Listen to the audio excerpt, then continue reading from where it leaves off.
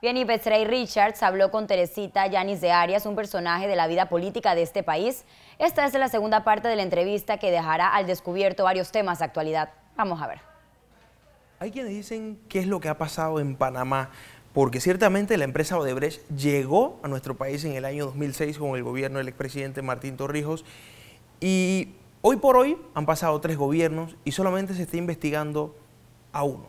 ¿Qué ha pasado con eso?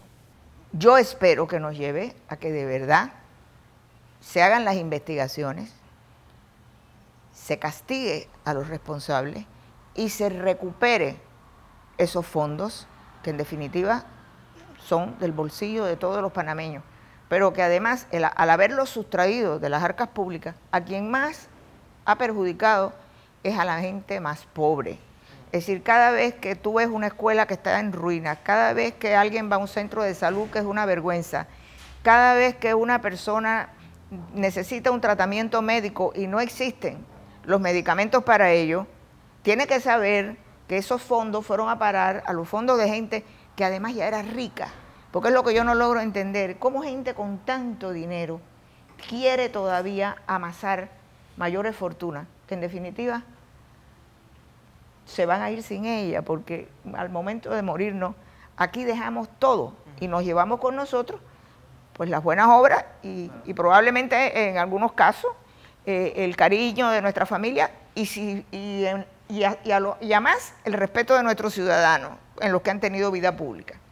Así que sí, ha habido sospechas desde hace mucho tiempo de que la compañía, por la reputación tan mala que tenía fuera de Panamá, había incurrido en prácticas corruptas. Y hubo advertencias en el 2014. Pero en el caso de lo sucedido en el periodo pasado, ya las evidencias eran obvias, estaban a la luz pública, todo el mundo sabía lo que se estaba haciendo. Al asumir el nuevo gobierno e insistir en recontratar a la compañía que estaba bajo sospecha, pero no solo bajo sospecha, que ya estaba acusada en otros países de estas prácticas, pues por supuesto que deja a la gente sumamente sorprendida y sumamente desconfiada de que esas prácticas no desaparecen de un día para otro, sobre todo por el monto de los proyectos. Aquí no estamos hablando de proyectos de 10 millones ni de 5 millones, que ya es mucho, estamos hablando de miles de millones de dólares. Y tomando en cuenta que el presidente Varela estuvo un par de meses, estuvo 26 meses en el gobierno pasado, durante el inicio de las contrataciones, y que varios miembros del Partido Panameñista participaron de las carteras importantes como Economía y Finanzas, o sea, ya como que conocían parte de esta empresa. Sí lo sabían, sí lo conocían. Yo siempre les recuerdo que ellos no llegaron vírgenes al poder, que ellos participaron durante 26 meses en puestos de importancia en el gobierno del presidente Martinelli. Por consiguiente, alegar ignorancia no es creíble, ni tampoco aseverar que los echaron del gobierno porque se habían opuesto a eso, porque si eso hubiera sido así, aquel hubiera sido el momento de denunciarlo. Entonces, en estos momentos, tratar de tapar lo que ya no se puede esconder es un error político, y yo creo que va a tener consecuencias muy serias en lo que sucederá entre ahora y el 2019. Oiga, esta semana se está realizando una marcha contra la impunidad y precisamente también contra la corrupción. ¿Desde cuándo no se sentía ese ánimo, ese sentimiento social que exige justicia?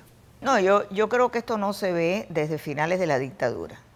Y en el fondo corresponde un poco a nuestra propia idiosincrasia, al modo como los panameños funcionamos. Es decir, aguantamos muchas cosas, nos quejamos de muchas cosas, pero si uno revisa la historia de la República de 1903 hasta ahora, uno va a darse cuenta que hay ciertos momentos en que hay un hecho que desborda la paciencia, que desborda la tolerancia, que sobrepasa la indiferencia de la mayor parte de la gente que dice, bueno, si esto siempre ha sido así. Y yo creo que el gobierno no ha sabido calibrar que habíamos llegado a ese momento. Y se han producido varios hechos que han indignado a la población. El primero, los reclamos que se han ido haciendo, que en los casos que se han llevado ante el Ministerio Público y a juicio, hay algunos que se han ido posponiendo y que pareciera haber una justicia selectiva de personas a las que nadie ha tocado y que de las cuales se sospecha, y no solamente se sospecha, hay indicios de que actuaron deshonestamente en el gobierno pasado. Eso se fue acumulando allí. Cuando esto ya sobrepasa lo que la gente quiere aguantar, cuando se empiezan a dar explicaciones que no tienen ningún sustento.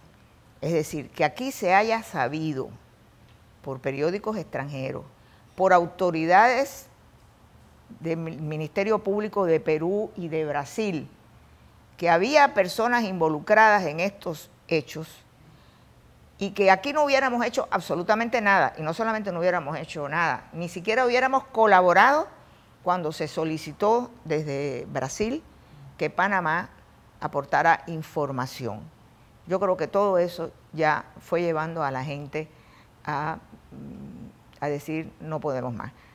¿Cómo va a ser posible que nosotros nos enteremos aquí que Suiza tiene cautelada, intervenida, confiscada 2 cuentas por 22 millones de dólares, que se lo comunica al Ministerio Público panameño hace un año y que eso ni se informa? Sí, dice que porque había que seguir con la discreción y porque había que cuidar la pureza de la investigación y todo lo demás, pero que tomara un año conseguir que Panamá autorizara revelar y las autoridades brasileras aceptaran poder revelar públicamente estos nombres, no parece una explicación muy lógica.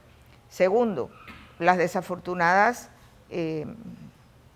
declaraciones en los que la procuradora, a la que yo quiero darle todo mi apoyo, y exigiéndole que este es su momento verdaderamente de marcar un antes y un después en la historia de la vida republicana, acepta que ha recibido un acuerdo verbal con la compañía.